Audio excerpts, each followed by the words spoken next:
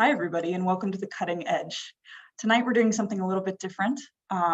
We are going to have another rewind episode, and we are going to be showing our show 1 Million Souls. The show was to talk about the lives lost when we hit 1 million lives lost in the US from COVID-19. Before the show runs tonight, I'm going to give you a COVID-19 update of where we are right now. If you'll bear with me. Okay. So where are we in 2023 from COVID-19? So I don't know if you've heard this, I've heard this. There is currently another fall bump of cases going up.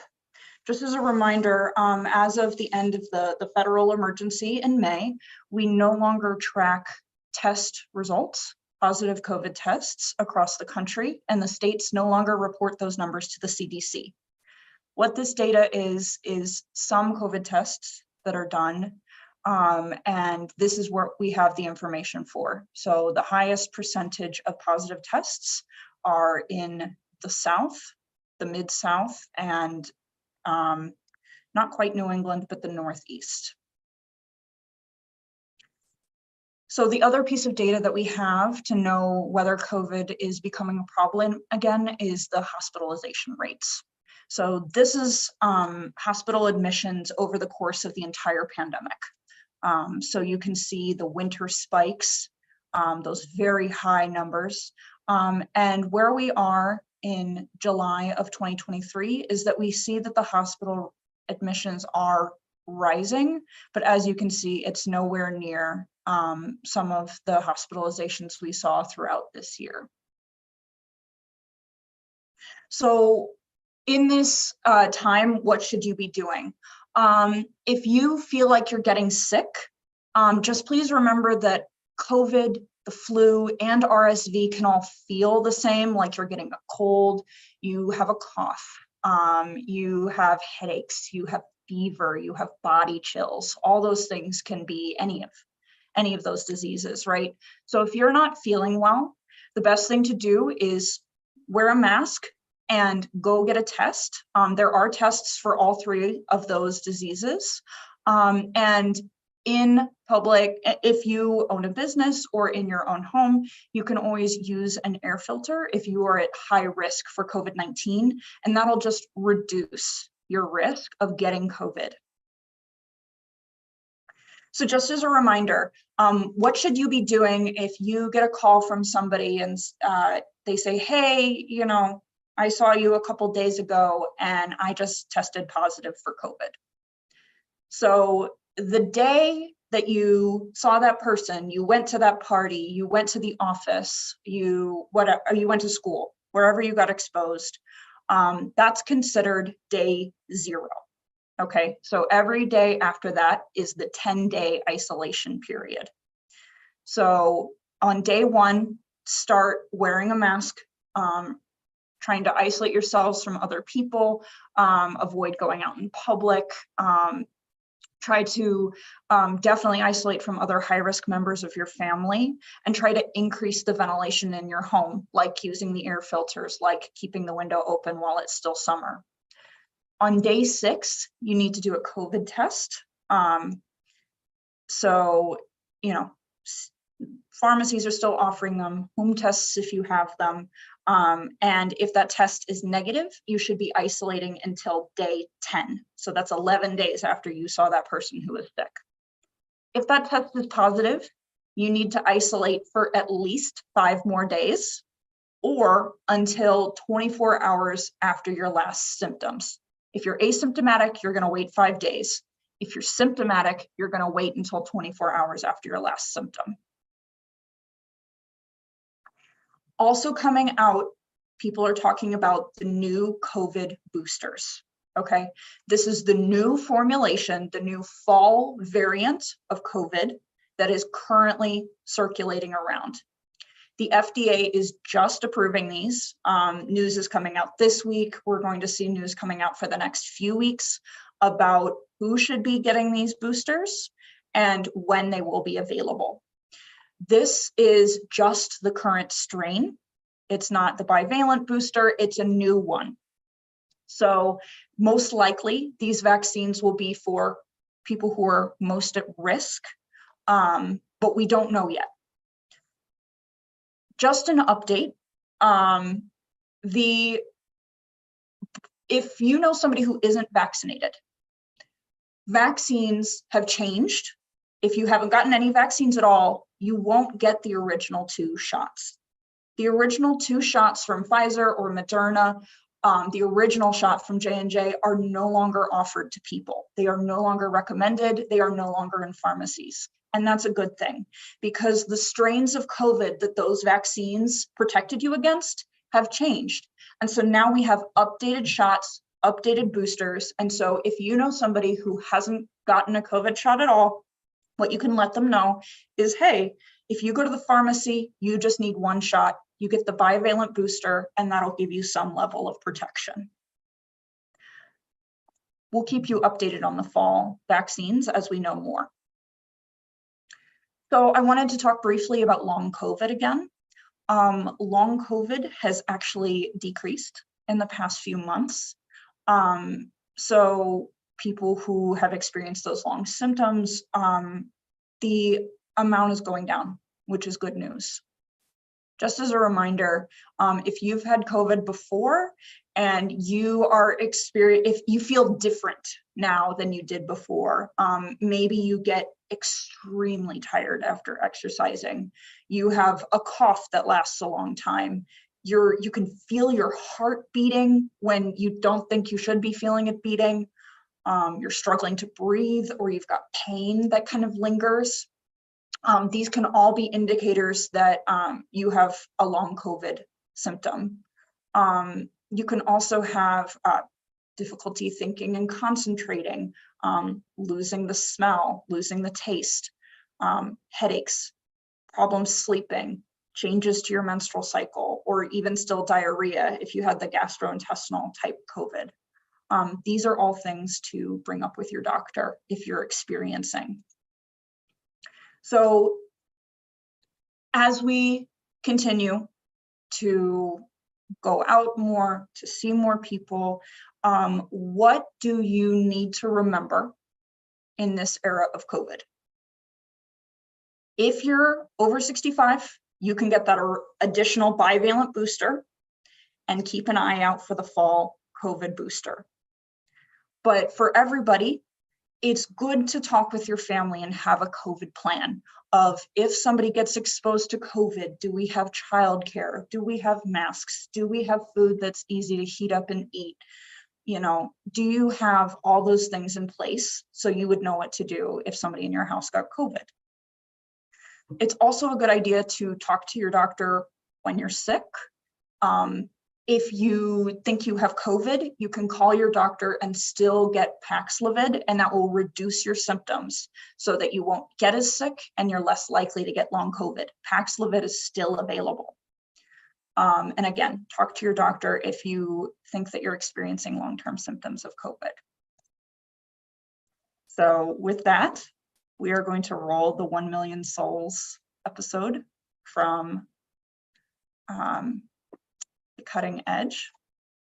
And we hope that you and your family are staying healthy and that you are well.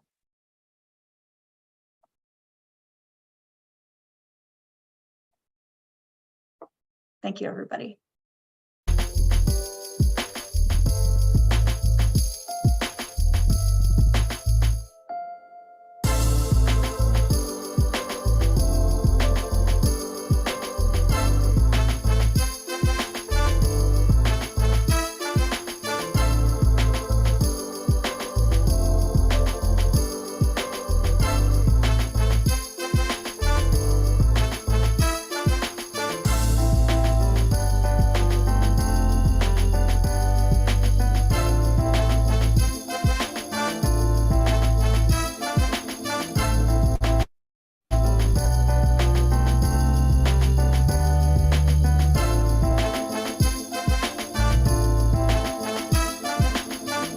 Well, welcome to another Cutting Edge show.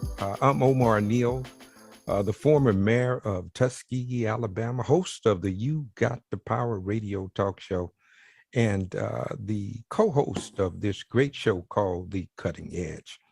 This program is being brought to you in part by the University of Maryland School of Public Health. You know, today we are going to really have a great show today. This is a 2-year review of what took place over the past 2 years as it relates to COVID-19. 1 million souls we lost during this time. Just yesterday, we reached that grim milestone of 1 million people who lost their life to COVID. But today we're going to discuss the blessings and the lessons of a pandemic. And in all things, there's a blessing and a lesson. And so we're going to discuss that. We got an excellent panel today. We got Dr. Alicia Jawani, who is a burn, trauma, and general surgeon. We have Dr. Mayor Lucinia Dunn, who is the president and CEO of Tuskegee-Macon County Community Foundation, Inc. We have Dr. Neil Segal, who is the assistant professor of health policy and management at the University of Maryland. We have Dr. Jacqueline Brooks, who's the former superintendent of the Macon County Public Schools, but currently the executive coaching coordinator for the school superintendents of Alabama. And we have last but certainly not least, Dr. Ernest Carter, health officer for Prince George County, Maryland. And we're gonna have a great show today. Don't forget you can join us and tune into this show with all of the social media platforms. And don't forget that every week you can catch us right here at 6 o'clock Central, 7 o'clock Eastern Standard Time. Catch us on Facebook, YouTube, Instagram, Twitter. Make sure that you like, share, and subscribe to this program. We also have a newsletter that we would like for you to subscribe to. Each and every week we put a newsletter out that highlights all of the things that we talked about the previous week. The shows are on there, excerpts from the shows, all of that is right there. So let me say this, as we think about this, as we think about the notion that we have come to a pivotal space where we have to recognize that we've lost loved ones, we've lost friends, we've lost colleagues, we lost family members. And the best way I think we can start this show out, this special show, is with the spirit of their ancestors. And so with that in mind, I want us to begin with Lift Every Voice and Sing, a rendition that you will not soon forget.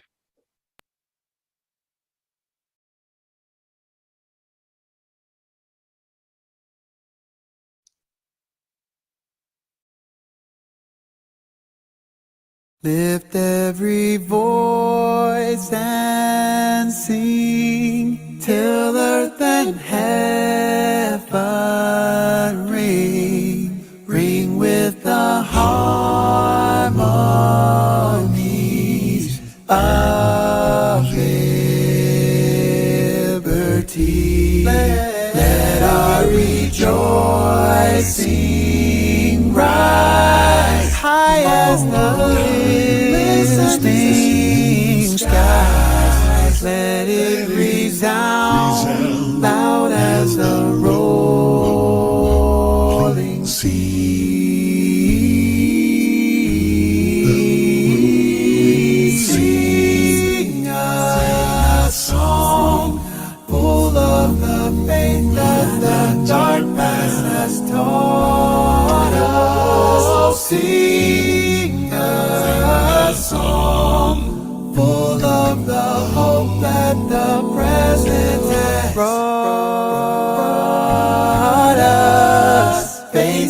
the rising sun of our new day begun. Let us march on till victory is won.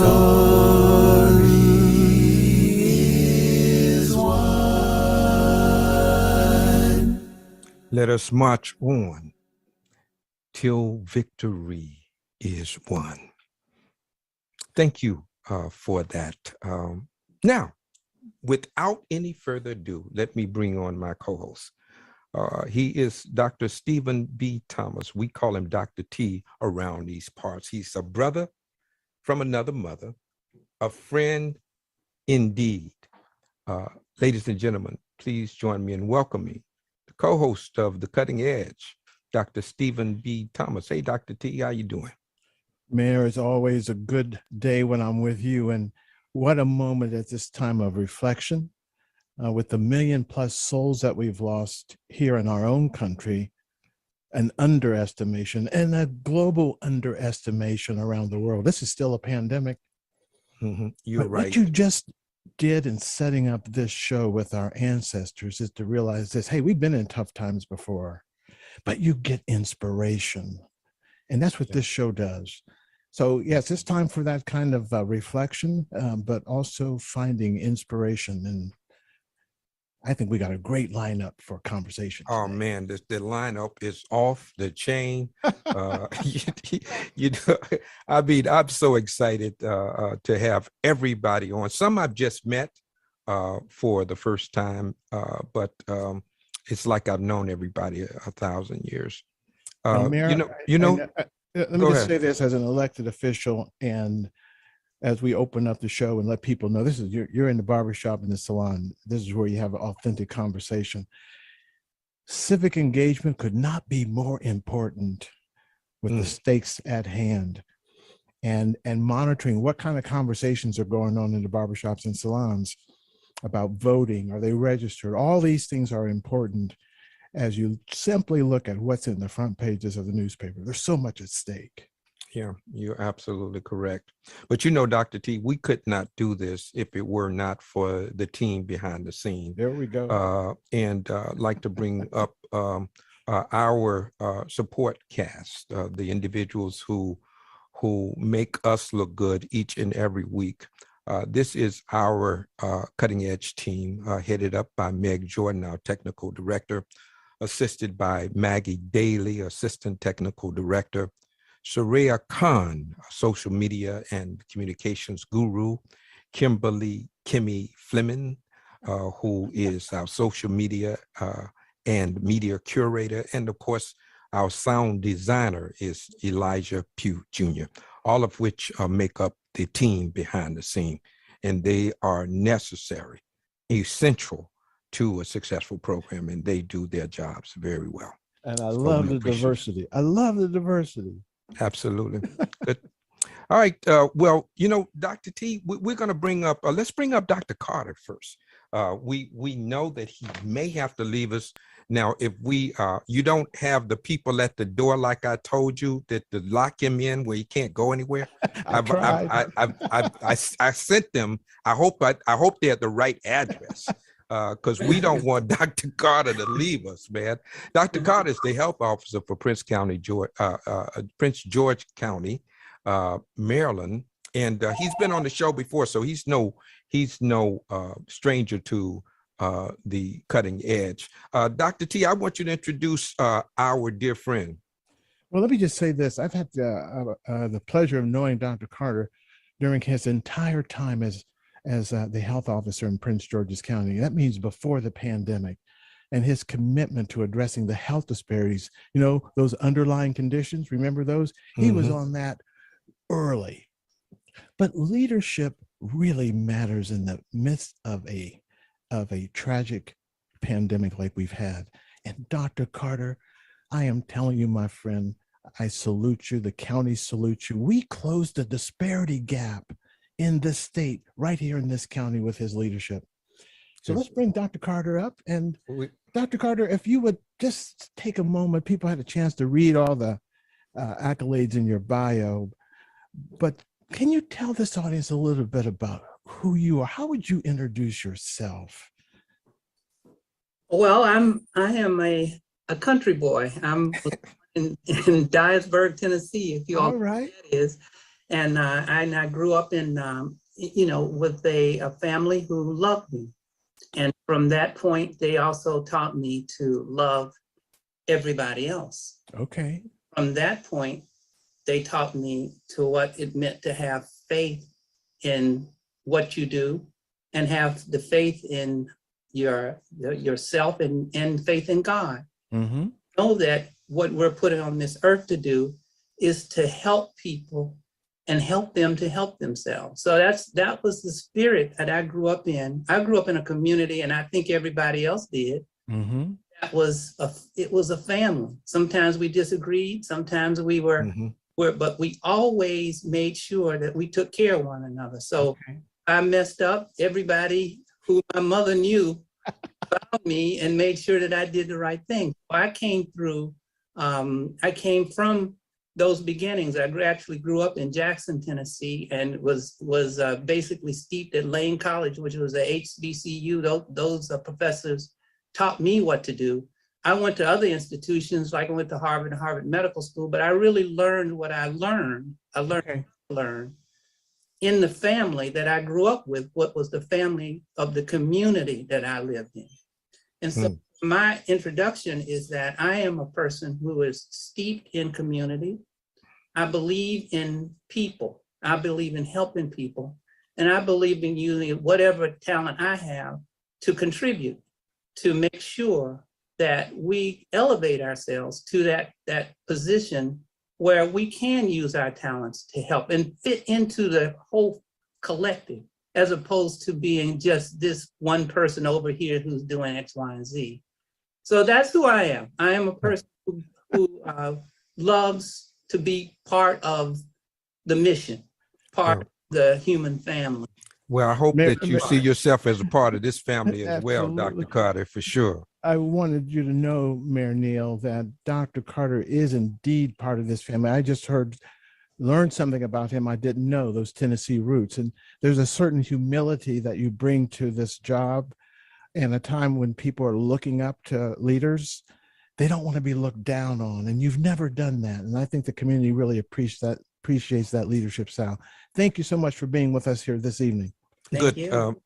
So just hang out with us. We're going to get into the conversation. Let's bring up our next panelists so that we can truly understand the breadth and depth of the knowledge that we come with today. Let's bring up Dr. Jawani.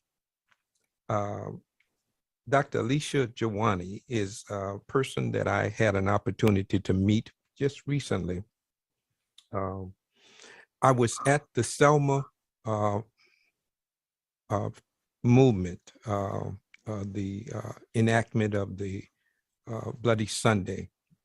And I was on the corner, and she walked up with the former governor of Alabama, and we started a conversation. And from that moment, I knew that Dr. Jawani was somebody I wanted to stay in touch with. She is a burn, trauma, and general surgeon.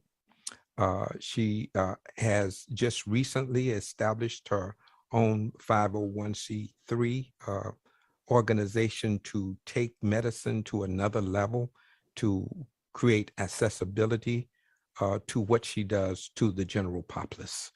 Ladies and gentlemen, please join me in welcoming Dr. Alicia Jawani. How you doing, Dr. Jawani? This is our snaps. This is how we welcome you. We're applauding. Welcome to the cutting edge. Thank you so much. It's such an honor. I really appreciate it. I'm actually in the same camp as Dr. Carter here. My parents are African-American, they're born in Uganda and Zanzibar and first generation American. So it's very, very humbling and very sweet to hear a story that Dr. Carter shared about how his family roots and his community really shaped who he has become today, because that is a story that resonates so well with me, right? So coming to the United States, my parents had to figure out, what American life was like. And in that and through that, they really, really raised us kids with this ideal that, you can grow up poor, you can grow up rich, you can grow up however you want to grow up. But the one thing that is the most powerful is a sense of community. And that community grows from being willing and able to share and to be loving and kind. And also to get an education, right? So you can steal everything but your knowledge. And so that's really the impetus for becoming a surgeon, and particularly in burns. While that was, I think, a little bit like divinely ordained, but I think in the end game, that mission to create Nia Benefit Corporation is really there, inspired to be able to revolutionize and transform the healthcare system as it is, into something that's better, and people have access to care, people can afford their care, people are not afraid to come and seek care for any reason that they may be embarrassed to talk about, because the care is there for everyone. And so that is the ultimate goal and mission of the Nia Benefit Corporation. Good. We're going to talk about your corporation. In fact, just a little snippet of because I think a corporation was complete today or yesterday, somewhere close. Yesterday, yes. Yeah. So tell us a little bit about it. Come on now, wait. Come on, let's talk about Some snaps. We got to give her some. We're excited about this. I mean, I've been talking about you the whole time. So tell just a little bit. Just don't give everybody. Don't empty the whole wagon. Just look. Full sample. The short version is that right now, burn care, if you were to get burned today, if your mom, your dad, you're the electrician, right? Someone cooking your food in a restaurant got burned today, they would traditionally go to an emergency department to go get care. If they went to their primary care doctor or their urgent care, most often those individuals there, even though they try their hardest, they're not burn specialists. So they end up kind of shuttling people through the emergency department system. And we all know, right, that when you go to the ED, you're looking at your watch saying like, oh, well, it's been 4 hours. Now it's been 7 hours. It's been 10 hours. Can I get seen yet? Right. So unless you're like dying from this burn, you don't get seen in a timely fashion. And then the bill you get, you're like, dang it, if I had known that I didn't need this or that, I wouldn't have gone to the ED, because then you're looking at like a $24,000 bill to go to the ED. Right. So the cost of care is really high. The accessibility to burn trained specialists like myself is few and far between. Just so that you know, there's only like 65 of us that are actively practicing in the United States that are fellowship trained burn surgeons, not like trauma surgeons, general surgeons who like see burns. And so the mission of the company, the essence of the company is to make burn care accessible for those 80% of Americans that don't ever need to see the inside of an ED or a hospital system. So it is the first outpatient burn care model in the United States. Come on now. Wow. Come on. Wow. That's This huge. is incredible. And transformative in the lives of the people you treat. Absolutely. Accessibility. We've always talked about that. And as we think about accessibility, let's bring on a mayor. There are, it's a unique organization of families of mayors. Once you become a mayor, you're a mayor for life. Well, the first female mayor in the city, the first and only female mayor of the city of Tuskegee, is Dr. Lucinia Dunn. She currently serves as the president and CEO of the Tuskegee-Macon County Community Foundation, Inc. She is one of the leaders who put together a coalition to address the issue of COVID that has spanned it 2 years, with each Saturday a meeting to update and to inform and to strategize on how we can keep our community safe. It's that kind of vision that she brings to the table. She's no stranger to the Maryland and DC area. In fact, that's where she used to hang out. That's where she used to live. And so she came back home. She's a native of Tuskegee, Alabama. So she's not a stranger to where we are, but she's a dear friend, a mentor, a friend, a sister from another mister. Ladies and gentlemen, Dr. Lucinia Mayor Dunn. All rise. Unmute yourself, Dr. Mayor Dunn. Unmute yourself, please. All right. Here we Okay, go. I'm There gonna you follow go. orders. I tell you, I've never had an introduction quite like that before. So my good friend Mayor Neal and I have commiserated and planned and plotted together, and I am so honored to be on this show. Though he has promised me 992 times that I was going to be on here, so I finally made it.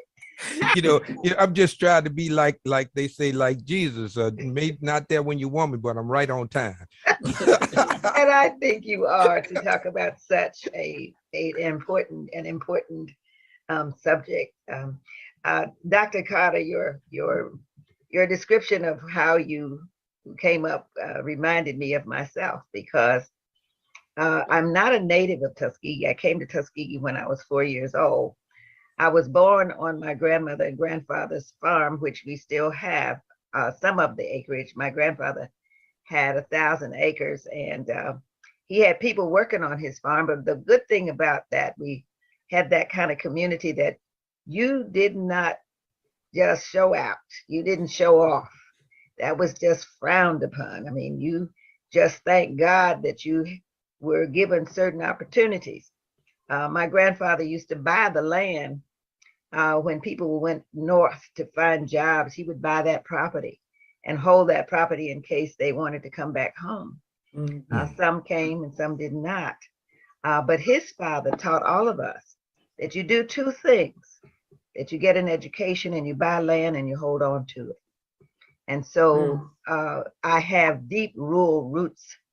And growing up in Tuskegee, that put a whole nother spin on my life, in that I learned not only about my family's history, but I learned about the history of Black people all over the world. And I always used to say that Tuskegee is the largest little city in the world, because I tell you, and when I tell people this, I mean, they kind of look at me strange, but I was in the desert in Nigeria, and I said I was from Tuskegee, and the man turned around and said, "Oh, Tuskegee!" So Absolutely. we are known everywhere, Tuskegee Airmen and all of that good stuff.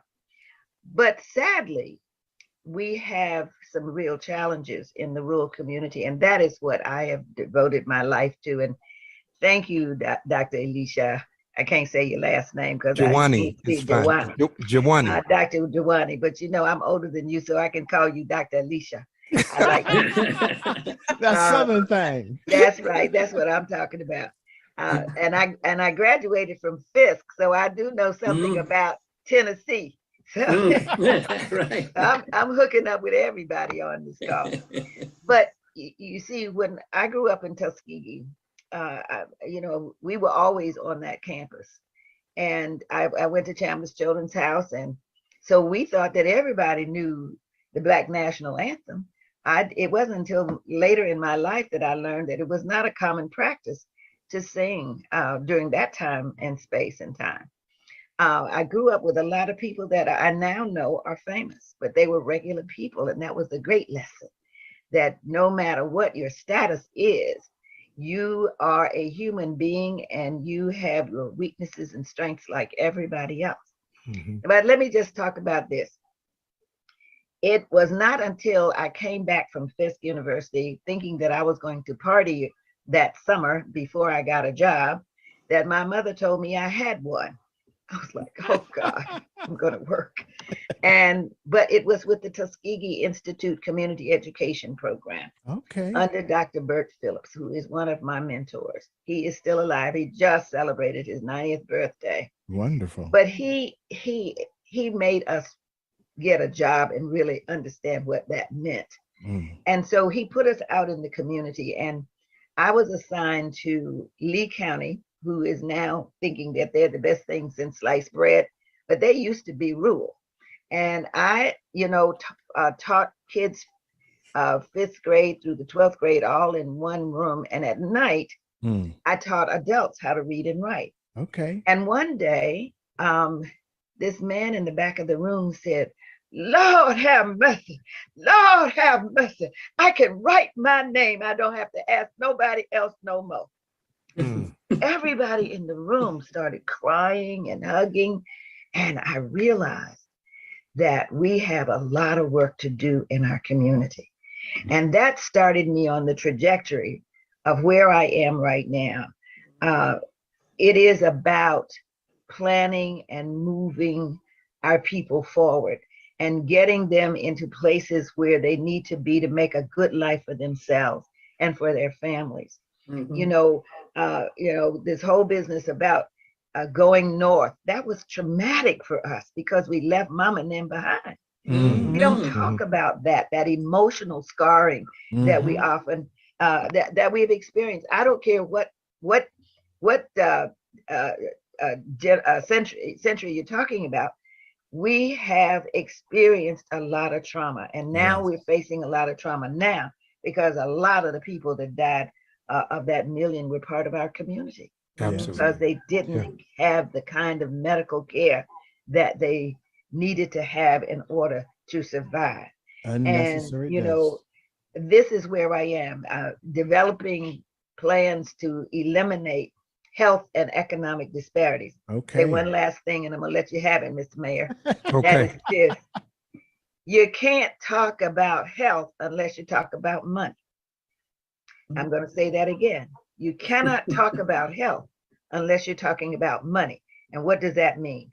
If I have a job and I can buy me a car, I can get my pregnant wife to the doctor in time. Mm-hmm. If I have to depend on somebody else to get my wife to the doctor to have, what happens? She may die. And you know, we have a very high rate of death due to childbirth Yes. in our Mhm. communities. So you cannot separate that job where that person is making a good living, a good salary, from the kind of health care that our people get. Mm-hmm. Okay. Thank you, Mayor. I appreciate it. And you know what? It's interesting. There is a kind of common thread that runs through all of your stories. Family was very important. The orientation to give back at the genesis of your life is what is animating your work today. And so we are so appreciative for all that you've done, each of you, both seen and unseen. Okay. We even got some more folk coming. Absolutely. Dr. Neil Segal, let's bring him up. Dr. T, this guy hanging out at the University of Maryland. Introduce our dear friend. Well, I'm honored to introduce Neil Segal to the cutting edge, as you can see here with his bio. But I think what's very important is his emphasis on training that next generation of young scholars committed to understanding the healthcare industry, the business side, the brokenness of it. And during the pandemic, he stepped up in ways that, as his mentor and senior faculty member, I didn't know he had it in him. Initiating national studies of college campuses around the spread of COVID, making recommendations, Dr. Carter, and some of those recommendations got blowback. And he's able to talk about the business side of what COVID has done. And hopefully, Dr. Segal, let's bring him on up, share with us what it was like in the battlefields as people push back against the science. And Neil, tell this audience, before you do that, in your own words, who you are, my friend. Thank you, Dr. Thomas. I'm Neil Segal. I am an assistant professor of health policy and management. But like some of my colleagues, my path to where I am training future scholars and doing research about health and public health and access to healthcare and health equity began with my parents. My family immigrated from India to California, so my dad could pursue a degree at UC Berkeley. And so he moved, and a year later, my mom was able to move. And due to family circumstances, the need for sending remittance money back to help support the family in India, he actually never finished his degree. and he settled in California. He stuck around and continued to work. And I had this notion of higher education from my stories from my dad and these trips to the Berkeley campus that he loved so dearly, but was never able to earn a degree from. And when my time came and I had the opportunity, I pursued my degree to finish what he started, because my family story is rooted in education in that way. And education was the opportunity for my dad to leave, but also to help. And so my parents spent their time with one foot in the US and one foot back home for them, just trying to make their community better. And of course, my community is here, right? My new community is Prince George's County, Maryland, and Washington, DC. And I feel that commitment to try to use the skills and the training that I have to try to improve the circumstances of my community. And so, as Dr. Thomas mentioned, one of the things I've done throughout my career is study the intersection of healthcare organizations and the healthcare industry and people's health, right? And Mayor Dunn, you pointed out very eloquently the distance between those two things, right? And so I study that gap. And of course, a little over 2 years ago with the pandemic, that gap became evident to more and more people, right? And one of the things that's motivated my research and an observation, and when Dr. Thomas mentions that some of these recommendations that I and my colleagues have made have been faced with pushback, it's noted in this notion that privilege is really protective during a pandemic, right? And people with power hold privilege. And whether it's lawmakers, whether it's administration on university campuses, whether it's people funding research, right? Whether it's our friends and neighbors whose attitudes about pandemic protections are different than ours, right? It's their privilege, right, that enables them to hold those views. And I can't disagree with someone's deeply held belief, right? But I can try to illustrate to them, and the best way I know how is through scholarship, right? That your circumstances aren't everybody's circumstances, right? And what I teach my students, whether it's my undergraduate trainees, I teach a very large lecture undergraduate class. I have 200 students a semester. I've taught 1,200 total students so far since I've been at Maryland. I teach them that there are two ways to judge how well a healthcare system works, right? By how well the worst off person has it, or how well the average person has it, right? And in America, we're fundamentally a country of the averages. And what that's done during the pandemic is it's left a lot of people behind, right? And I don't mean to foreshadow where our conversation may go, but I've done a lot of thinking about what the blessings of the pandemic are. And for me, in my heart, that blessing is that more and more people are forced to think about the circumstances of their neighbors, right? Of their friends, of the people that surround them in their community, because during a pandemic, everyone's circumstances affect you. You're absolutely right, which fosters empathy, whether or not you want it to or not. When you have the same experience, you can empathize with others. And I think that this is that kind of watershed moment where we can reimagine healthcare, because empathy does exist, and we can be clear-eyed on health disparities and comorbidities and social determinants of health and all of those things that we know have plagued marginalized communities.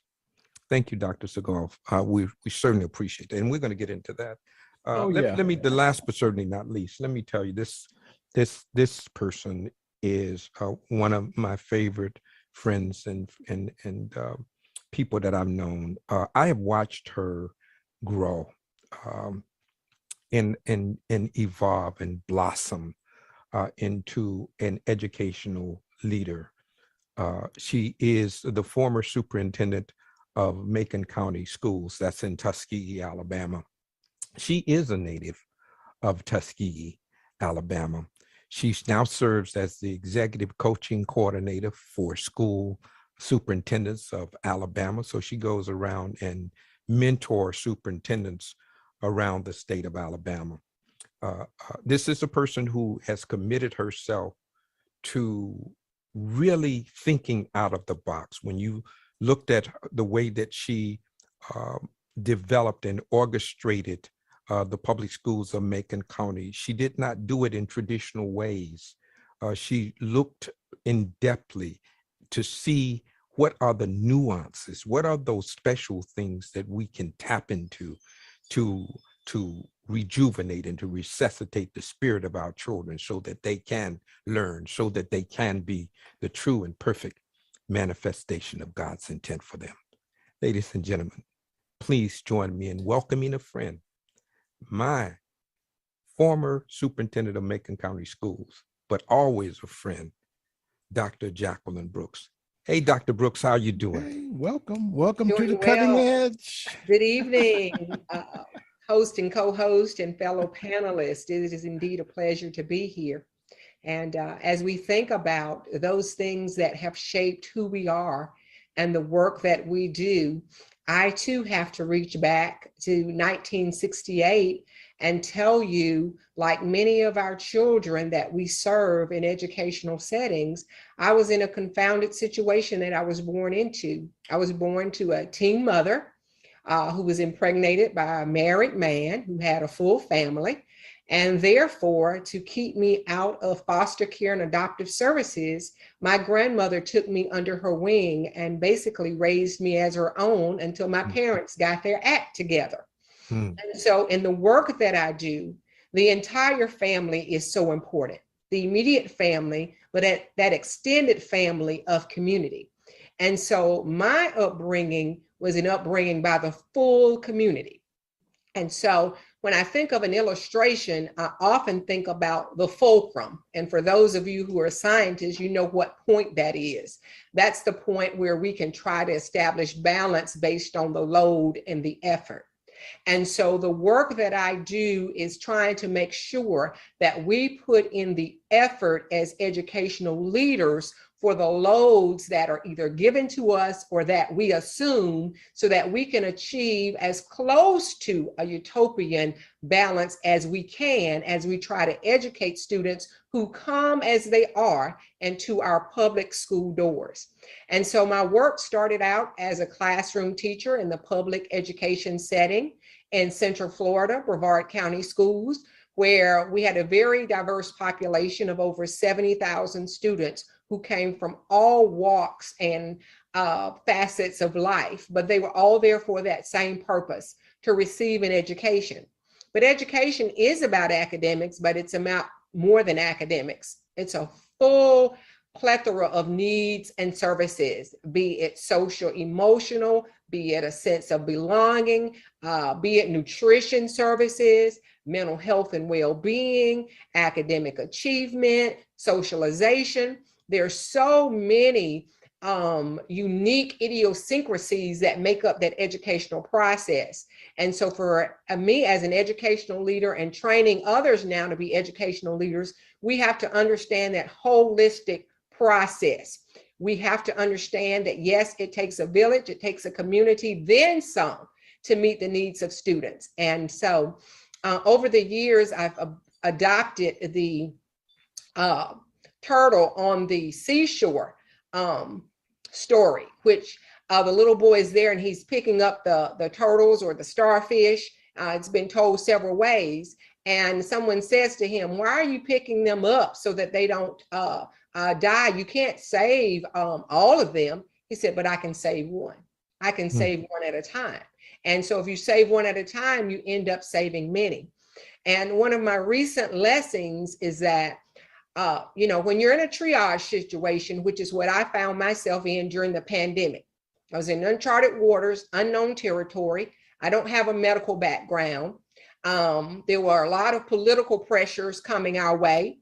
We were trying to follow the science on one hand, but with certain leaders, we were really encouraged to move away from following the science. Masking became a very huge conflict in our schools. Social distancing, in-person learning versus hybrid learning, how to keep our kids fed, how to keep them mentally sane. We had a huge technology challenge with our rural communities and being able to connect and keep school and education going. And so the progression that we're trying to embrace now is moving from triage to transformation. And that too has a lot of pressures I to love it that.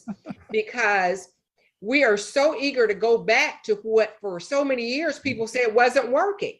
But we want to go back to that exact same model. And so if we've been in a triage situation now, and we've gotten more resources than we have ever dreamed of having in education and in communities, how are we going to use those for transformation? Or are we just going to go back to what we have done as tradition? And if these situations present themselves again, here we are again in a triage situation, just in a moment and mode of survival. So those are the things that we are grappling with as educators in Macon County, Tuskegee, the state of Alabama, the nation, and the world. And when I say it is indeed a challenge, it is indeed a challenge. And so we try to learn from each of you and all of you, because we affect all careers, all aspects of life. And we have a huge challenge now where our nation was already dealing with lag in some instances. And now this is a huge breadth of learning gaps that we have to try to tackle and deal with. And how are we going to do that in a transformative way? Or are we just going to go back to those traditional constructs that had challenges, particularly for marginalized children and children of color to begin with? Yeah. You know, Mayor, Yeah. I just want to say something about the Hollywood Squares. You commented on the stories that were common, but there's something else very much in common. The humility that you see here. Mm-hmm. The humility that you see here, the self-disclosure that you see here. Mm-hmm. Maybe these polls help, but we need more of that so that when young people look up to us in these roles, they realize we didn't start this way, and that the journey we have had, they can have too. So, and there are people who get to your roles and forget how they got there. Right. So how did you keep true to the spirit in which we are starting this conversation? Go ahead, Mr. Mayor. Yeah, you know, people can see your glory, but don't know your story, you know. So let me go to Dr. Carter, because we don't know how long we have him. We hope that we can have him a longer time. Hint, hint. Dr. Carter, you know, 2 years ago, it was maybe the beginning of 2020. When we first was made aware that we were in a pandemic, there was a lot of misinformation and disinformation disseminated associated with it. Some for political purposes, others for economic purposes. Some say that we didn't want to panic the country, but there were a lot of people who were in denial based on what they were told by the leadership. Tell us about when you heard about the pandemic and what was your impression of it initially? Well, that is really an anxiety-provoking because as a public health official, you know, we keep our eyes on the prize, on the pulse of what's going on in the world. And we had heard about this virus that had, and we knew it was a COVID virus that was in China, and that it wasn't in the United States, but the way it was spreading in China caused everybody who was in my position heart rate to go up. We were concerned. This was in December. You know, but maybe they could contain it. Remember, during the Obama administration, Ebola there was some heartburn around that, but they contained it. And then when we had another scare around S1N1, that we contained it. So it was like, okay, we might contain it. But in January, our heart rates were even faster. And I said, oh, I hope it's not going to hit our shores. But by February, we were in all out, we've got to start getting prepared for this. Now, most people weren't there at that time, but our health department had to be, because we knew, number one, that people are going to be afraid. And we needed to be able to communicate to people the science. What is this virus? How will it spread? How will it affect you? Will you die from it? What do you do to make sure you don't? And one of the things I knew I had to impress upon people was that this is a virus. We don't have a way to stop it. So we're going to have to shut things down. Well, when you tell people those type of things, they're not happy to hear it. So there was, knew that there was a lot of communications that had to be done. Talking to everybody. We have people in prisons. We have people who are in school systems. We have people who want to go down to the club. We have everybody, you know. We got people on university campuses. That's right. And kids who want to party. We've got all of this. Plus, we've got businesses that don't want to shut down, and football teams that still want to play. And it's when you think about it, it's overwhelming. But we knew we had to compartmentalize and make sure we understood how to communicate, but not just communicate with the cold hard science, but let people understand that this is something that's going to hit us. We're going to survive, and we're going to have to really do this as a collective. This is not just one person doing this. This is all of us. Let me ask this, Dr. Carter. Hearing what you heard from many political leaders, knowing that it was the antithesis of what you knew, how did you deal with that, with that conundrum? I really focused on the people and my mission. My mission was to protect people's health. I couldn't allow people to die. I couldn't allow people to go in the hospital. All of the other noise that people were saying, I had to go straight to the people and say, listen, this is what we have to do. And they have to trust what I say. You have to trust me. And that was very hard. It's not easy. But as a public health official, I had to first establish the fact that, number one, I knew what I was talking about. And number two, you have to trust me, because what I am about is the mission. And that goes back to that what I was talking about as a family. Because if you establish trust with people, meaning that they feel like you're a part of them. Dr. Thomas has done that with, like, going to the barbershops. People know who we are. Then when we say, this is a problem and you're going to have to do this, don't worry about what whoever this is over here is saying on the internet. You're going to have to believe me, because I'm going to make sure that your mother doesn't die, that your cousin doesn't die. I'm here to protect you and your family, and you trust that. That's where I go. I don't get into the big debates with the people who believe that you should drink X, Y, and Z, or math doesn't work. And you didn't have to go there, Dr. Carter. You know, I can't, it would be too much. We had too much energy to put into the people, into our family. But it's hard for you to do that when people who have a bigger Podium, right, and microphone, right, than you have. And I hear you. Let me go to Mayor Dunn. Mayor Dunn, this notion of trust is a calculated risk, right? And you make your friends before you need them, which is what Dr. Carter is really saying, right? You know, you didn't trust the system because you've seen a whole lot of other things, right, that led you to believe, and not just led you to believe, but the knowingness that they were not trustworthy, right?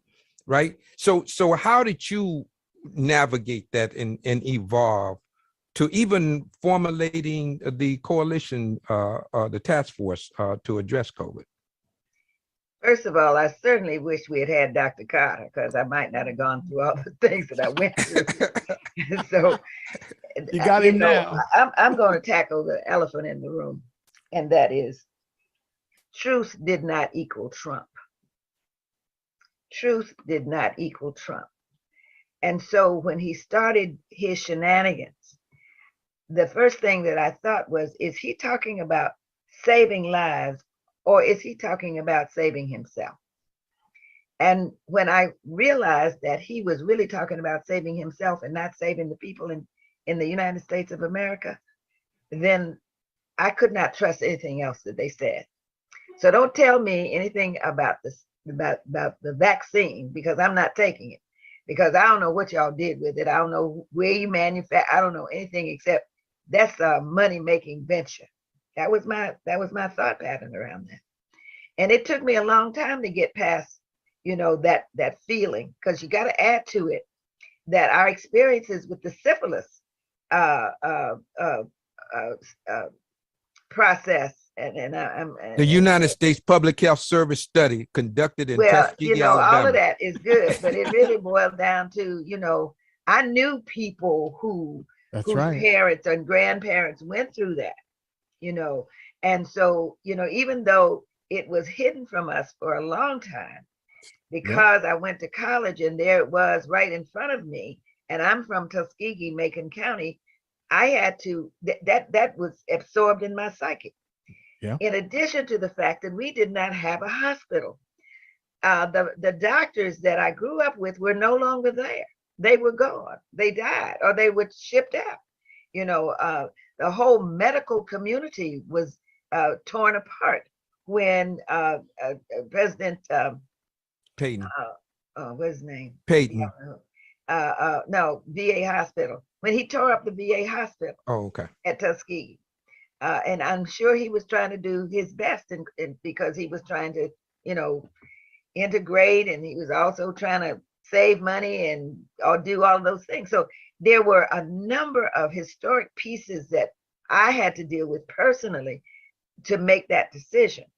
And so because I did not trust Trump, I decided I wasn't going to trust the vaccine. So all of the people were talking to you, and you do know that one of Kizzmekia Corbett, which was one of the person, Dr. Kizzmekia Corbett, was one of the people who made the Moderna vaccine, and there were a lot of African Americans. I didn't know her.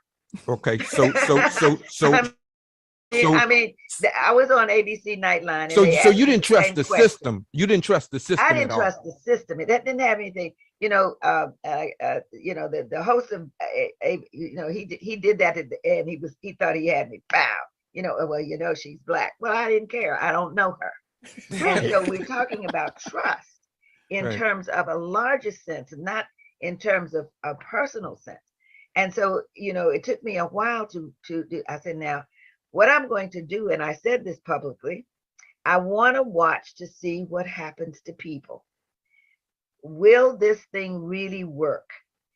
And eventually I came across and, I said, yeah, okay. And I went and got my shot. Okay. Right. Yeah.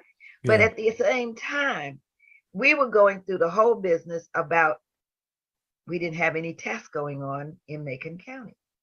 There was, I went to the public health department and they were saying, well, we got 922 counties that we got to deal with. And therefore we will get to y'all sometimes. Well, in this community, having a test time from 10 to 2 in the afternoon does not work. So you are not telling me that you're really concerned about the welfare of our people when you are doing all kinds of things administratively that says that you don't care. So, we said, okay. We were so fortunate to have in the public health department over the public lab, as well as the fact that we were able to get some tests, and we were the first, and it was the Tuskegee, the Movement 46. 46 is our tag, and that grew out of a whole nother thing that this we don't have time to talk about, but it brought the people together, okay? And we started expressing how we were really feeling about our lives and where we were in this community. And one of the big issues was we don't have a healthcare system. And so I had already started dealing with it in the foundation because I knew we did not have a hospital. So I went technology. How do we get people to the doctor? And so, we started dealing with telemedicine. All right. I didn't know anything. Hold up. We need to get into conversation and stuff. I don't want to interrupt you. Well, you asked me, so I'm gonna gauge everybody else into this because it's important that what you're saying is very important. It is what you saw, it's what you did. See, you didn't just see it, Mayor Dunn. you did something about what you There saw. we go. That's Right. true. And That's that's what's critically important. That's why I wanted to bring Dr. Jawani into the conversation, because she's looked at medicine up close. You know, Mhm. she looked at the disparities and she decided that I'm going to do something differently. Right. Brave. I mean, and the point of the matter is, and that's where I want to go to now, this notion of thinking out of the box Mhm. and being responsive to the marginalized, Yes. the subjugated, and the disenfranchised, right? Mhm. Excuse Right. me, Mayor Neal, Uh, I must say this. uh-huh. Don't forget the issue of racism. If That you is a don't, very critical part of this whole you are absolutely right. And if you don't understand racism, then anything else you think you understand will only That's serve to right. confuse you. That's I don't exactly. disagree with you, Mayor. Dr. Jawani, help us out about this. How did you see all of this in the midst of COVID? It was really disappointing, actually. So I was actually a surgical resident at the time, and I was on the trauma service at the hospital here in Birmingham. And I think I can speak for every healthcare provider that in between February and March, where we were hearing and watching the news, and we were seeing patients coming in like nothing had changed, right? Meaning the same volume of patients, the same kind of patients, meaning indigent care, patients who were coming in off the streets that were homeless, people who were still of color, people who were white, didn't matter, right? So the population coming into the hospital didn't change dramatically. But what did change was that we were told that we didn't have enough personal protective equipment, right? So here we are, all panicked. We're like, okay, great. So is there a triage system? How are we going to screen people when they come through the door, right? We had all these internal conversations. So to kind of allude to how Dr. Dunn talked about, like talking about the elephant in the room, this is the big elephant in the room, right? No one wanted to talk about like, well, how are we protecting ourselves and how are we protecting the patients that are coming through the door, right? If everything else is status quo. And it was a scary time. It was a lot of panic inside. We did end up finding PPE from all kinds of places. I mean, you saw how people were multi-purposing, like ponchos, raincoats, Wow. things, umbrellas. I mean, people used whatever they could to try to help the situation and protect ourselves and help other people. It got to the point where we ran out of PPE and we didn't have enough PPE to protect ourselves, to the point where we actually designated areas of the hospital that could not handle and take COVID patients, just so that we could have a cohort that was separate, and people who did not have COVID could not run the risk of potentially getting COVID. Okay. And then it came so far as then we were saying, okay, we have run out that we're going to take one of our satellite hospitals and we're going to designate that as the COVID-free hospital, which we all know, right? When you're in panic or when you want to get seen, right? No one's really following the rules, right? You have people calling in favors. Oh, my friend of mine got sick and, he needs to see an emergency medicine doctor ASAP, or has a surgical problem, so they run him through, right? Next thing you know, now you have these stragglers that don't realize that they have COVID. It's no fault of their own, right? The patient's not really at fault. The person coming in still needs help, right? And then they end up inadvertently infecting other people, right? And so there's so many of us who have gotten COVID multiple times over as healthcare workers, right? And you can see this roller coaster ride where, Mayor Dunn is absolutely right. This idea of confidence and trust is so huge, and it cannot be more overstated in that way, in that this is not a bandwagon. This isn't like coming to a concert, right? And did you get your tickets? Did you buy your tickets? Did you show up to the party? No, this isn't about that. This isn't about being part of the club. This is about saying, hey, well, we're all in this together, and there should not be this portioning, right? So another thing that happened in Alabama that was also really tragic for us as healthcare workers is there was this rationing and this idea of, okay, certain batches of people, whether they're healthcare professionals or they're nurses or they're doctors or they're people in the general public, were having to figure out when they were going to get access to their vaccine. So believe it or not, I got my vaccine at a community health clinic because, no joke, I got an email from my own hospital saying that they had a shortage and they didn't know when it was going to be available. So there were healthcare workers floating around, right? And as a trauma burn surgeon, I'm going to deal with emergencies, right? So this isn't elective, right? So you're just taking an entire workforce down, if one person gets sick, let alone a whole department gets sick. And so I bring this up not to, bring shame, but to bring light on the idea that preparation is key and that trust is key. And if you can build that trust, then you can build a community that if you're scared, you have questions, you want to plan something, you know that you have somebody that you can go to, right? And that's what I think we didn't have. So what we did is we had each other. And we all know what happens. You can have a community that comes together like we have so eloquently, so elegantly, right? Come together and taking care of each other. But it's not a replacement for a system failure, right? It's not a replacement for that. You make a salient point. Dr. Segal, let me go back to what Mayor Dunn said. And I'm going to put this on you because I know you can handle this. And let's deal with race and racism as a system, structural and otherwise. Let's address disparities in the healthcare system that predated COVID and how it exacerbated COVID in marginalized communities. Let's talk about comorbidities and social determinants of health, right? And how those things were illuminated, right, through COVID. And then, as Dr. Brooks said, now you want us to go back to you want us to level set back to dysfunctionality, right? How do we advance to the point of, as Dr. Brooks says, transformational, right, thinking versus going back to a comfort zone? Well, thank you, Mary Neal, for a complicated, but that's because really, I love you. I just want you to know that. Really engaging question, right? And so there are layers and levels of racism, right, that have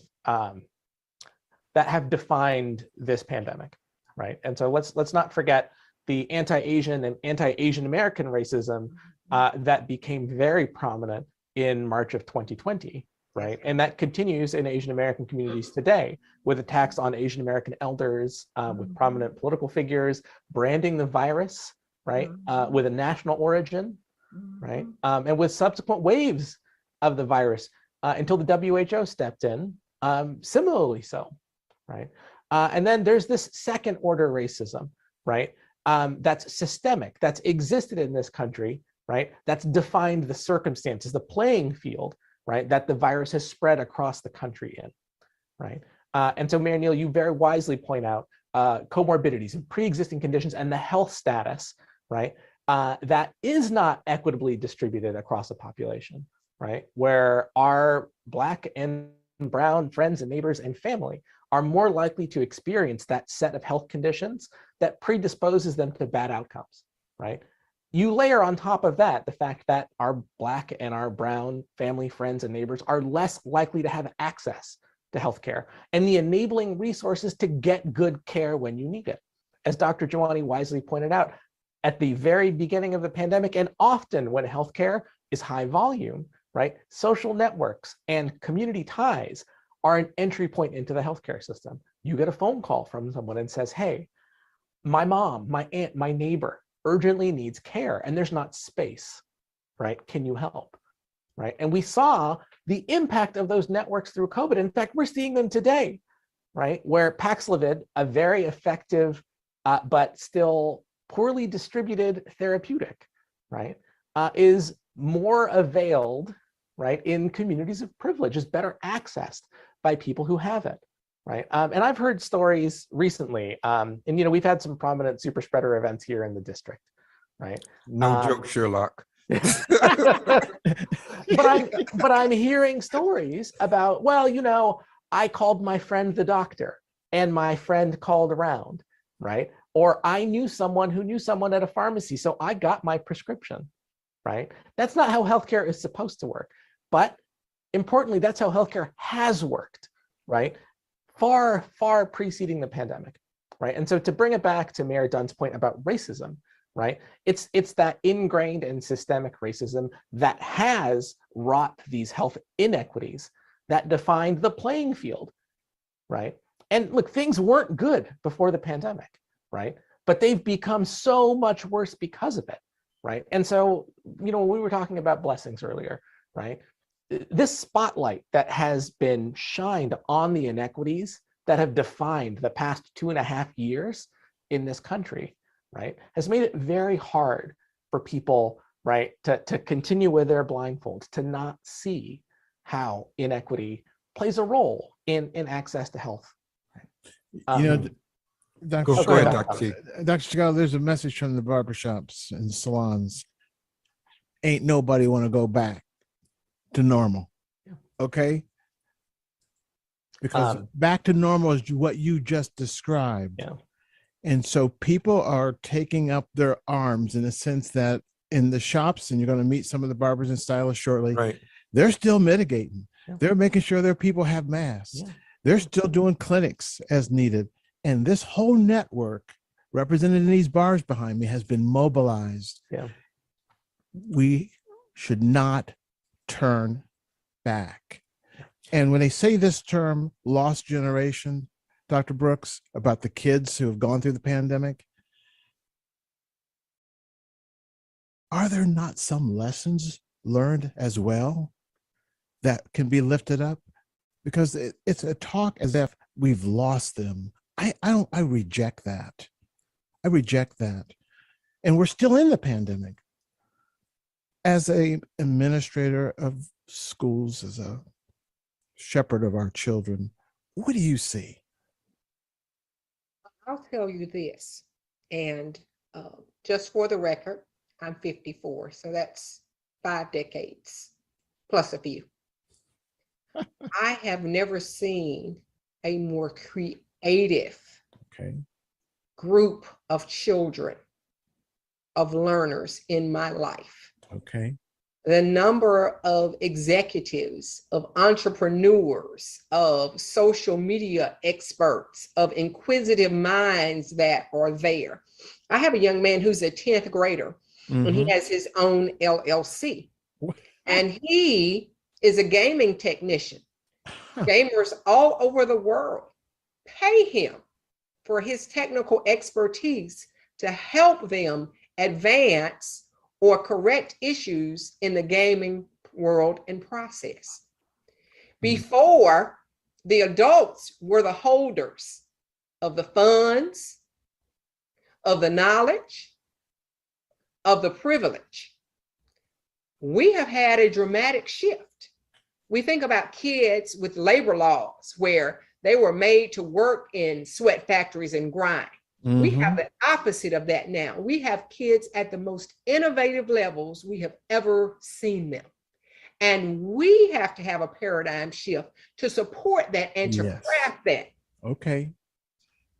It's a fine time for transformation. I love it. But again, we are so eager to get back to normalcy, which was not normal, Right. Right. which was dysfunctionalism, which was a system of inequities, that we can't embrace the opportunity that we have at this moment. Dr. Carter and Meg, I want you to get ready to tee you up for something for the Public Health Minute. So get ready for. But if I want to ask Dr. Carter this, Dr. Carter, the long hauler effect has not been fully realized in terms of us understanding the long-term impact of it. How has public health shifted the paradigm in terms of looking futuristically at the impact of COVID on those survivors? Those long haulers are currently not well understood.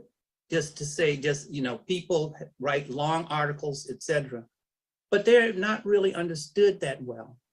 But there is a huge effort in both in the healthcare community to be sure that we understand what the different types of being a long hauler, what that actually means.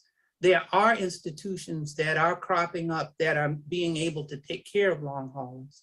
And from a public health standpoint, we have to make sure that nobody ever gets in the situation where they have to be a long hauler. There you go. They Mhm. have to get their they have to get their vaccination. They got to get boosted. They got to stay away from trying to get COVID disease if they can stay away. And if you are, at least if you're boosted, your likelihood of being a long hauler is much, much less than if you're just a totally unvaccinated person.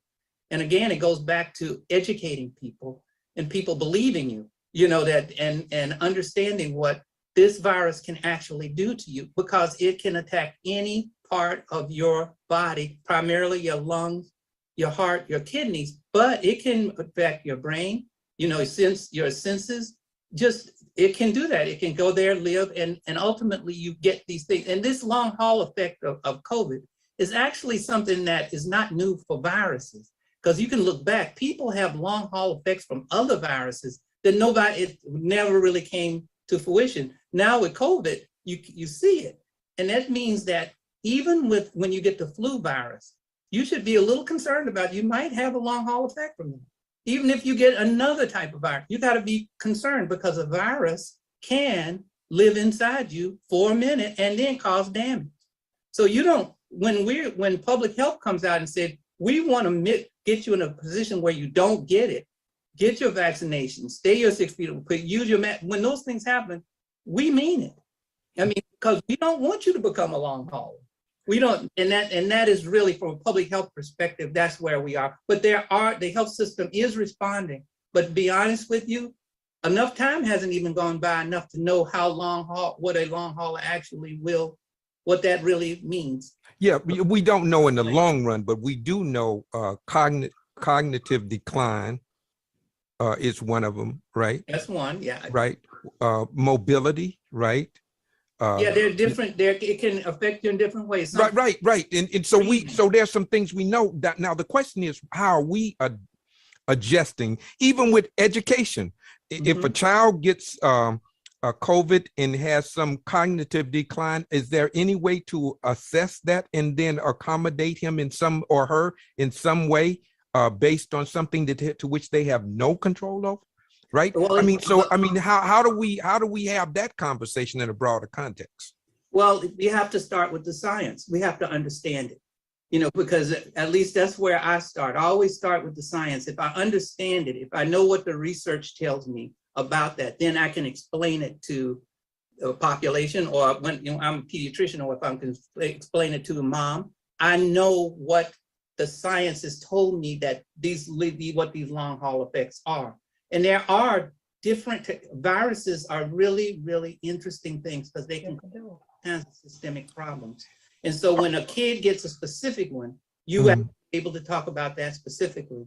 But our institutions, my friends at NIH and in these institutions are working very hard to characterize what long haul effect actually means in adults. Now, Dr. Carter, Go ahead. We got barbers and stylists that are going to see some of these people as members of their businesses, as clients, not as patients. But they're going to see, and there are going to be things that they may see, whether it's hair loss or other things. That's also part of this conversation. And Mayor, I'm looking here, I'm saying, can you believe it's 8:13? I can't believe it, you know, but you know what? When it's our fault that we brought this kind of power on one show, right? You know, you could have just one of them and it'd have been enough for a show, but you put all of this, we loaded it up. And so we expect that. Meg, tell us about the numbers. We talked about 1 million people dying. And I think sometimes we, statistics cease to be a motivator for us, right? And that we become desensitized because there so many people died. But we don't want to let it be lost upon us that these are souls, these are family members, these are human beings that have lost their lives, brothers, many of which should never have died. Sisters. And so let's talk a little bit about it. Meg Jordan with the Public Health Minute. Yeah, absolutely. When you asked me to bring this together, what I was thinking about these 995,000 people we've lost right in the past 2 years. But I was also thinking about all of us who lived. What did we experience? And I thought that through. So these are some of the art that's come out of the pandemic, right? These are the experiences. So we have lost 995,000 people now. Next, Maggie.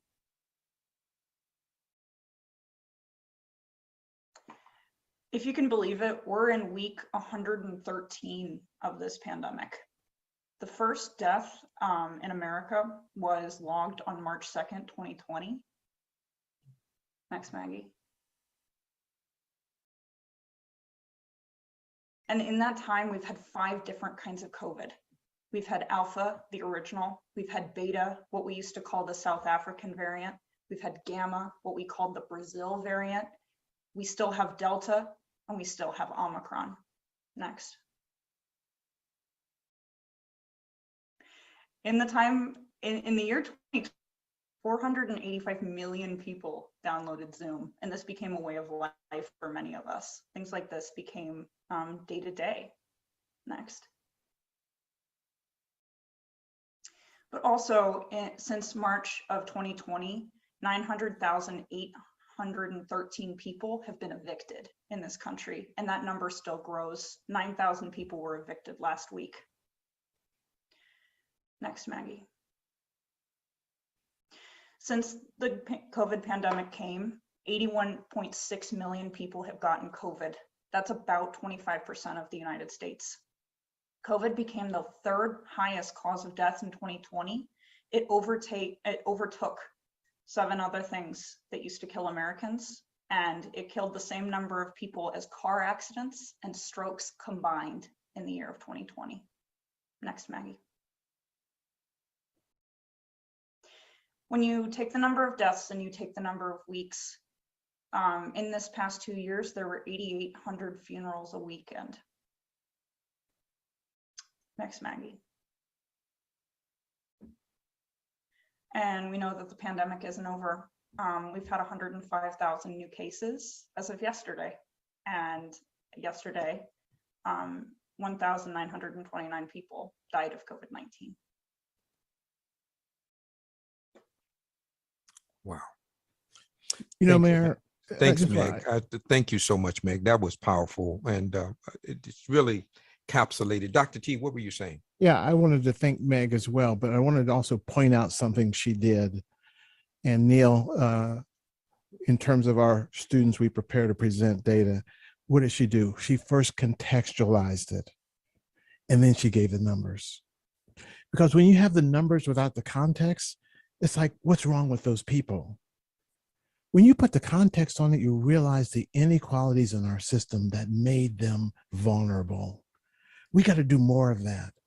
So often our public health data, Dr. Carter, Neil, Dr. Jawani, is used in a way that denigrates the very neighborhoods we're talking about. Mm-hmm. And we don't give solutions. So we got to move forward, like we say, Dr. Brooks, not go back to that model, collecting the data, denigrate the community, and then wonder why it's a food desert. Who wants to put a grocery store there when 65% of the people have diabetes? That's a heavy load on your workforce. So these are things that are part of the conversation we want to bring into the barbershops as well. Yeah. I hope to have a chance to meet some of our colleagues. Well, that's what we're Mr. about Mayor? to do. If you, Dr. Sharon Cooper, let's bring her up. And Dr. Cooper has been with us for a long time. She has certainly been with us through the beginning of the Cutting Edge show, but even prior to that. Dr. Cooper, how are you doing today? All is well. All is well. Thank you. You know, And let we're me just talking say, about, go ahead. Just real quick to Dr. Carter. Dr. Cooper has been part of our team shepherding the barbers and stylists through the process to become certified community health workers by the state of Maryland. And she's been the shepherd to help make that happen. And we've got our first 3, Dr. Jawani and Mayor and Dr. Brooks, who are certified by the state. We're going to see how we can translate that into transformation. Hey, Sharon.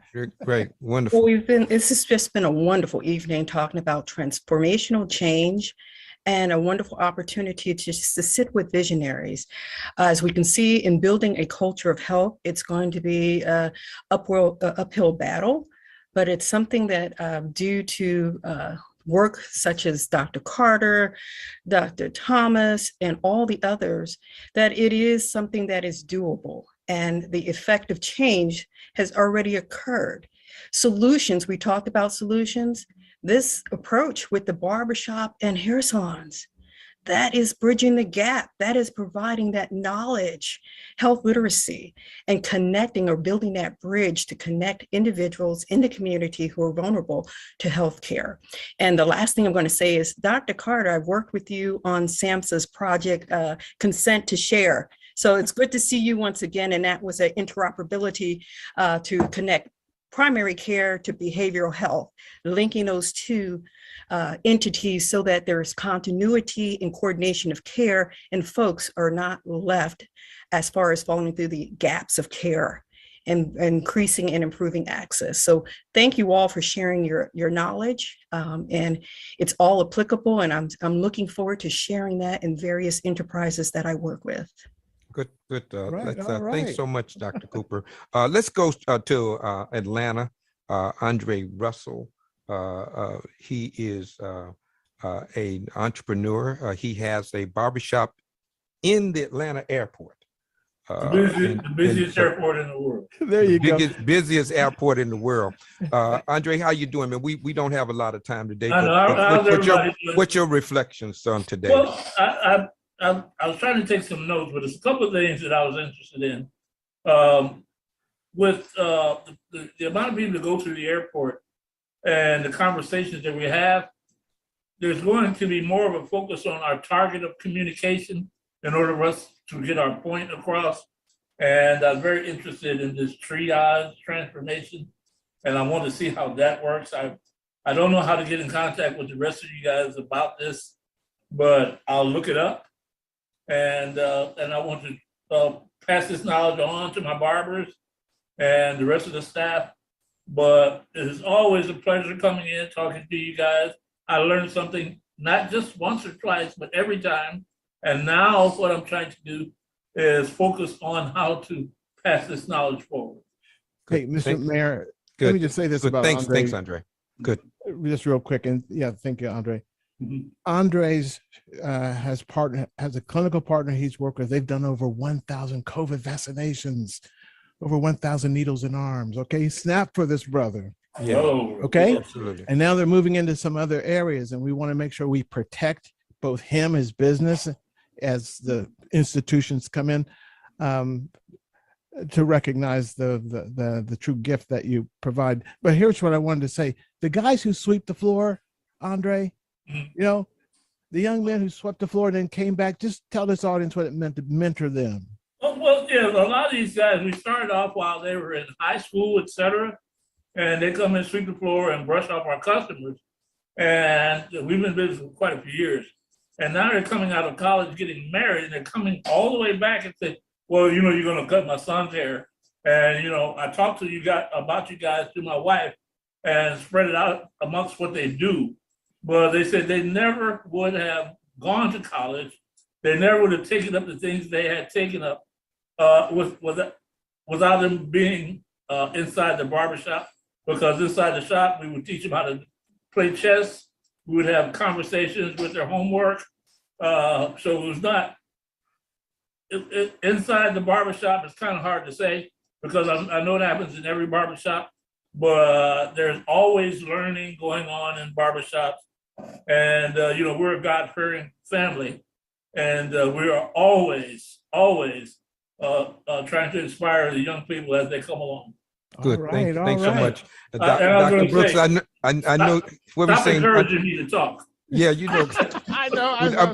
you know, he did it, you know, and you know, you don't do that. Mayor Neal, can I go just ask, because I have been given the task of organizing community health workers for the state of Alabama.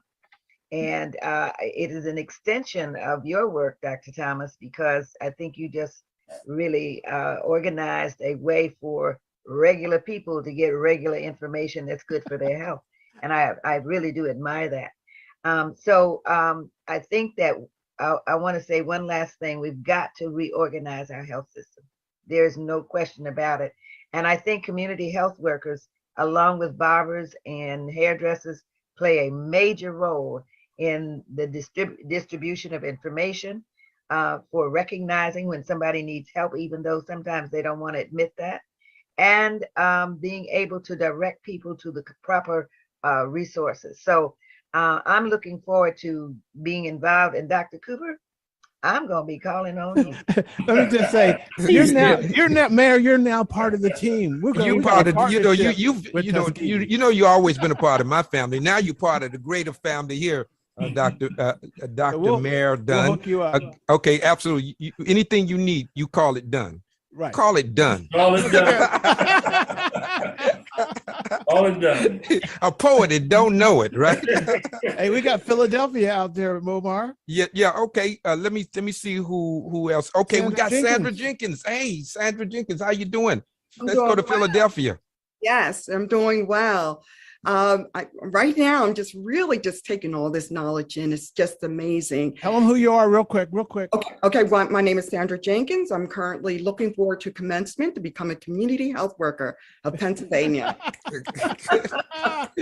That's great. Yeah. Well, name of your shop? Go ahead. Got a few things that we got about a minute, and then we got something that we're going to end the show with. Go ahead, Sandra. Go ahead. Sandra, go ahead. Oh, yes.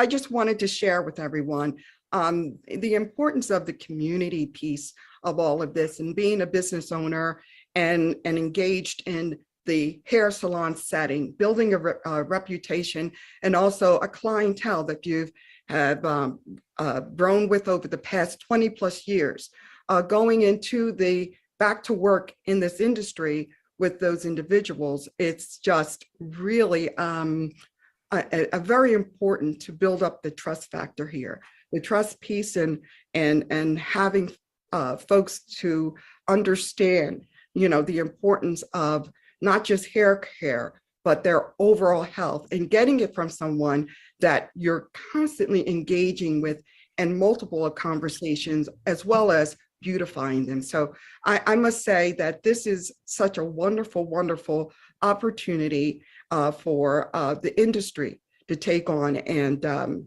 I must say, that is a major, major piece on advancing what we do. And I want everyone here to know that Sandra Jenkins has also had vaccination clinics in her shop, Needles and Arms. Yes. Right. Absolutely. I see Stacy Ruffin, her, she's on, but I don't see her. Michelle Lamb, she is now. Bring her up now, because she was hiding from me. To say a couple of words, Stacy, rejuvenate up in the Philadelphia area as well. Okay. Hi, everyone. I just wanted to say, looking forward to the 16th when we do our vaccination clinic, and I hope everybody have a happy Mother's Day. Yeah, absolutely. And tell them about your vaccination clinic, because it's going to be very special. Quickly. This would be my second one, well, third one at the salon, but it's going to be with the 11-year-old Najee, the barber. So the world's youngest barber. She's 11 right, years the old. 11-year-old young lady. Yes, so we're looking forward to that. We've been putting out the work. We're trying to get it into the schools by Monday, so they will know. So we've been putting it out at the complex. So we're looking forward to that. And so tell Dr. Carter who your clinical partner is. Walmart. Okay. Right. Pharmacy stepped up. Right. Yes. Good. Yes. So good. I see Michelle Lamb out Stacy. there. All right. Well, let me say this. One is, this has been wonderful. Can you see how quickly time flies when you're having fun? Thank you, that's Dr. what they Carter, always hanging tell me. out with us. Absolutely. Dr. Carter, you said you had to leave, right? Don't leave yet. No, hold on. Man, you know how much we love you, man. You can't leave us like that. Thank you so much for hanging in with us. Dr. Jawani, thank you so much. Lord knows how much you've contributed to this exchange. You are a special person, and you have a friend in us anytime you need us, okay? Dr. Mayor Lucinia Dunn, Boy, are you comfortable with putting it where the cows can get it. There you go. I mean, and you know, that kind of courage doesn't mean that you're unafraid. Courage means that you act appropriately in the face of fear, and to put it where people can understand the context, because if you don't put racism, then you have nothing in context, because racism permeates all people activity, right? So thank you for bringing that to the table. You know, Dr. Segal, you know, you are truly, I want to come to your class. I want to be your student. I want to be in that kind of class, right? Where you are really laying it out, man. You have such a clarity of thought about public health, and keep doing what you're doing, man. You are a great asset. Thank you so very much. Dr. Brooks, words are inadequate to describe you and what you're doing, and that you have chosen purpose for your life. And although you transition through different jobs, your purpose remained the same, which is to develop human capital development for our young people particularly. And so we thank you for that commitment to educating our children. Again, to Sandra Jenkins and to Andre and to Stacy and to Dr. Cooper and to everyone who's joined with us, we are so appreciative of you on this day. We chose this day to reflect on a million souls that we've lost. Yes. And we don't want that to be lost. That's significant.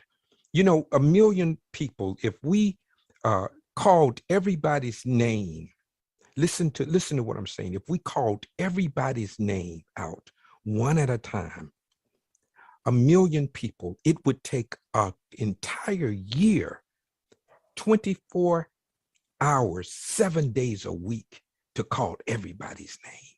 Right. That's how significant this is. And so I normally have something profound to say at the end. I'm not going to do that this time. I want a person to sing a song. It was Martin Luther King Day, a show we did where we had Dr. King. In fact, he's now Dr. Ferguson, who is Dr. King. He introduced Mahalia Jackson as she sang Precious Lord. So as we leave today, I want to leave with Precious Lord as we think about, pray for the families that have lost loved ones due to COVID. Ladies and gentlemen, Dr. King introducing Mahalia Jackson.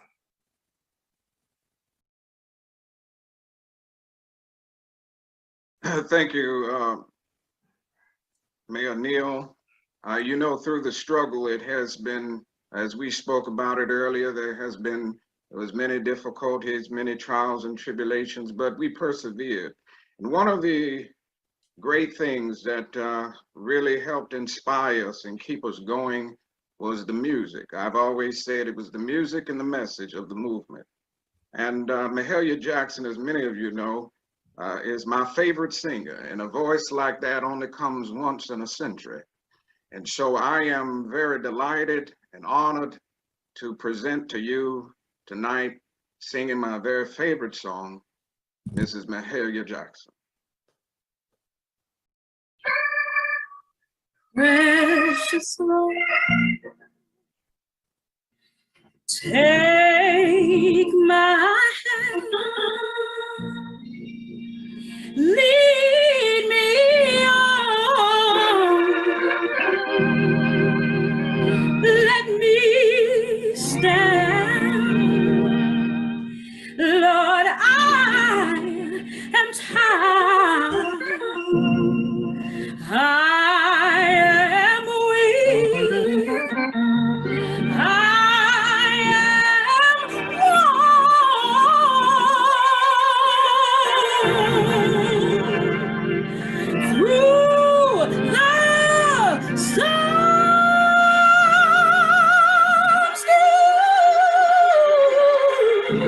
through the night.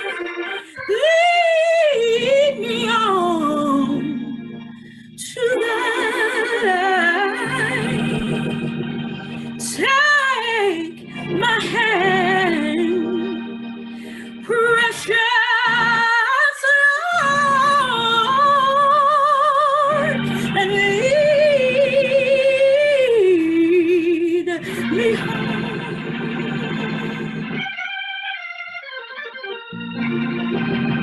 In my way, grow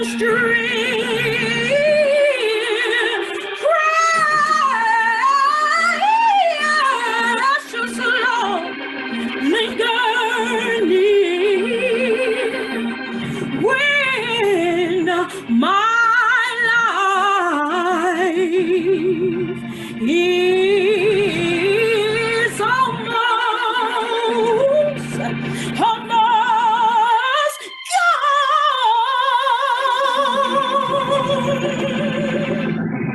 Hear my cry.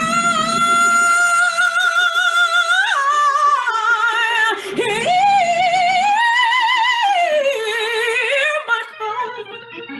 Guide my feet lest I fall. Lord, take my hand, precious Lord,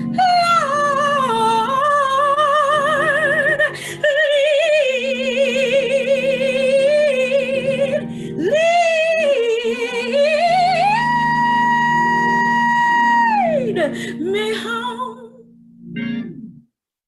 All right. Lord have mercy. All That's right. the way Whoa. I wanted to end this great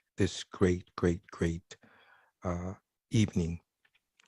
I'd like to thank Dr. T, my friend and colleague, for your leadership. Lastly, leaders require vision. It is your vision that has brought us to this space, and so we are appreciative to you. I like to leave you with these two words, as I always say on my talk show, that I love you with the perfect love. But more importantly, remember this: you got the power. Until next week, same time, same station, on the cutting edge. All We right. bid you a great evening. Bye-bye. Bye-bye.